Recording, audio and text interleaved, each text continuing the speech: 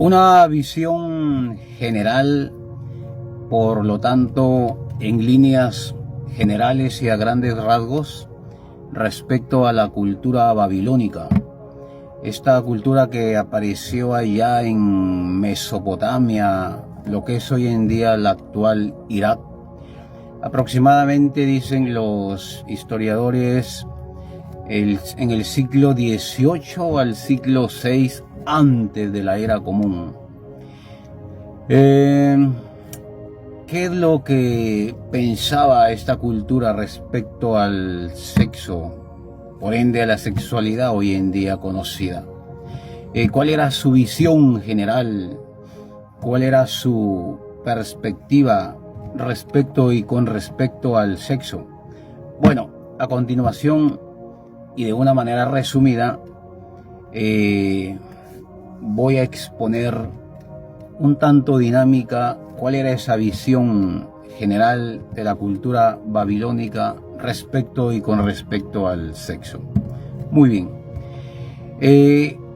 El sexo se dice que para los babilónicos, para la cultura babilónica, se consideraba como algo rutinario y por lo tanto era una parte natural de la cultura babilónica. Se veía en ese sentido como una forma expresiva y una manifestación natural de la esencia humana. Por lo tanto, era una fuente de placer a todo dar y a todo recibir, que se expresaba con un libre consentimiento en todos los estratos de la sociedad babilónica. Otra visión del sexo en la cultura babilónica es la parte de la importancia de la fertilidad. En ese sentido, se dice que era un tema sumamente importante en esta cultura, pues el sexo se consideraba como una forma de asegurar la continuidad de la familia y por lo tanto de la comunidad. La fertilidad tenían sus dioses dentro de sus panteones respecto a la fertilidad. Esta cultura que rendían honor y gloria como recompensa, como agradecimiento a los favores que los dioses hacían hacia el tema de la fertilidad. Otra visión sumamente importante de la cultura babilónica era el culto a los dioses, en este caso a la diosa Ishtar. Se dice que la diosa Ishtar era la patrona de la ciudad de Babilonia y estaba asociada con la sexualidad. En tal sentido, se le rendía a esta diosa Ishtar rituales y ceremonias que consistían en prácticas sexuales sumamente sagradas, ¿no? Se hacía el amor, se desarrollaba el acto del placer sexual con diferentes expresiones artísticas de una manera muy conviccional, de modo que así ellos creían que iban a recibir o se iban a hacer realidad sus peticiones con respecto al sexo y la sexualidad. Como otras culturas también se practicaba la prostitución, con la diferencia de que ellos practicaban una prostitución sagrada, la consideraban. ¿En qué consistía esto? Dicen algunos historiadores que en la cultura babilónica la prostitución sagrada era una práctica común. Las prostitutas sagradas, conocidas como hieródulas, se consideraban las servidoras de la diosa Ishtar y se le atribuían poderes mágicos y religiosos al acto del placer sexual que se desarrollaba dentro del templo de Ishtar, la diosa de la sexualidad. Estas prácticas también han seguido a tantas culturas como la cultura judía, el judaísmo, en sus inicios, de modo que la prostitución sagrada también existía y está ahí en su templo registrada.